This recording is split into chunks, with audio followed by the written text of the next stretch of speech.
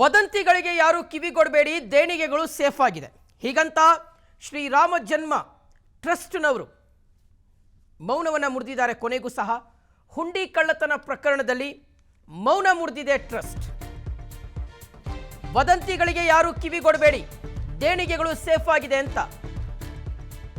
ಶ್ರೀರಾಮ ಜನ್ಮ ಭೂಮಿಯ ಅಥವಾ ದೇವಾಲಯದ ಟ್ರಸ್ಟ್ನವರು ಪ್ರತಿಕ್ರಿಯೆಯನ್ನು ಕೊಟ್ಟಿದ್ದಾರೆ. 20 ಬ್ಯಾಂಕ್ ಸಿಬ್ಬಂದಿ ವಿಚಾರಣೆಗೆ ಎಸ್ಐಟಿ ಒಂದು ಕಡೆ ಪ್ಲಾನ್ ಮಾಡ್ಕೊಳ್ತಾ ಇದೆ. ಚಂಪತ್ ರಾಯ್, ಅನಿಲ್ ಮಿಶ್ರಾ ಆಲ್ರೆಡಿ ರಾಜೀನಾಮೆಯನ್ನು ಕೊಟ್ಟಿದ್ದಾರೆ.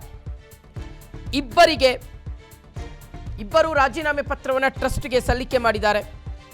ಟ್ರಸ್ಟ್ ಮುಂದಿನ ಸಭೆಯಲ್ಲಿ ರಾಜೀನಾಮೆಯ ಬಗ್ಗೆ ಪರಿಶೀಲನೆ ನಡೆಯಲಿದೆ.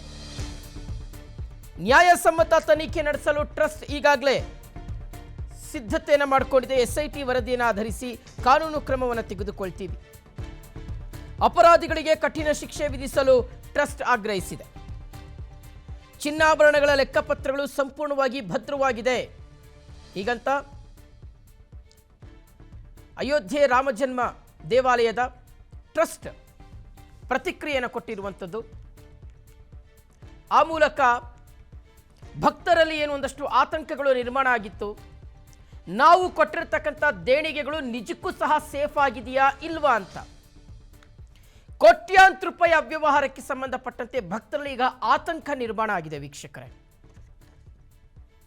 ಶ್ರೀರಾಮನನ್ನ ನಂಬಿ ಆತನಿಗೆ ನಾವು ಕಾಣಿಕೆಯನ್ನು ಕೊಟ್ಟಿದ್ದೀವಿ ಅನ್ನುವ ಮನೋಭಾವನೆಯೊಂದಿಗೆ ದೇವಾಲಯಕ್ಕೆ ಕೊಟ್ಟಿರ್ತಕ್ಕಂಥ ದೇಣಿಗೆ ಈಗ ದೇವಾಲಯದಲ್ಲಿ ಟ್ರಸ್ಟ್ನ ಸಿಬ್ಬಂದಿಗಳ ಜೇಬು ಸೇರ್ತಾ ಇರ್ತಕ್ಕಂಥ ವಿಚಾರ ಅಥವಾ ಸೇರಿರುವಂತಹ ವಿಚಾರ ಇದೆಯಲ್ಲ, ಇದು ಸಾಕಷ್ಟು ಆತಂಕಕ್ಕೆ ಮತ್ತು ಬೇಸರಕ್ಕೆ ಕಾರಣ ಆಗಿದೆ.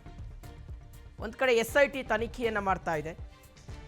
ಮಧ್ಯೆ ಚಂಪತ್ ರಾಯ್ ಮತ್ತು ಅನಿಲ್ ಮಿಶ್ರಾ ರಾಜೀನಾಮೆಯನ್ನು ಕೊಟ್ಟಿದ್ದಾರೆ.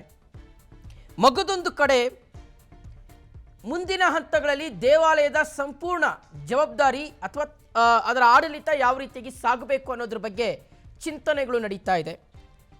ತಿರುಪತಿ ಮಾದರಿಯಲ್ಲಿ ಒಂದು ಅಡ್ಮಿನಿಸ್ಟ್ರೇಷನ್ ಅನ್ನು ತರಲಿಕ್ಕೆ ದೇವಾಲಯ ರಾಮಜನ್ಮಭೂಮಿ ಟ್ರಸ್ಟ್ನವರು ಈಗ ತೀರ್ಮಾನವನ್ನು ತೆಗೆದುಕೊಂಡಿದ್ದಾರೆ.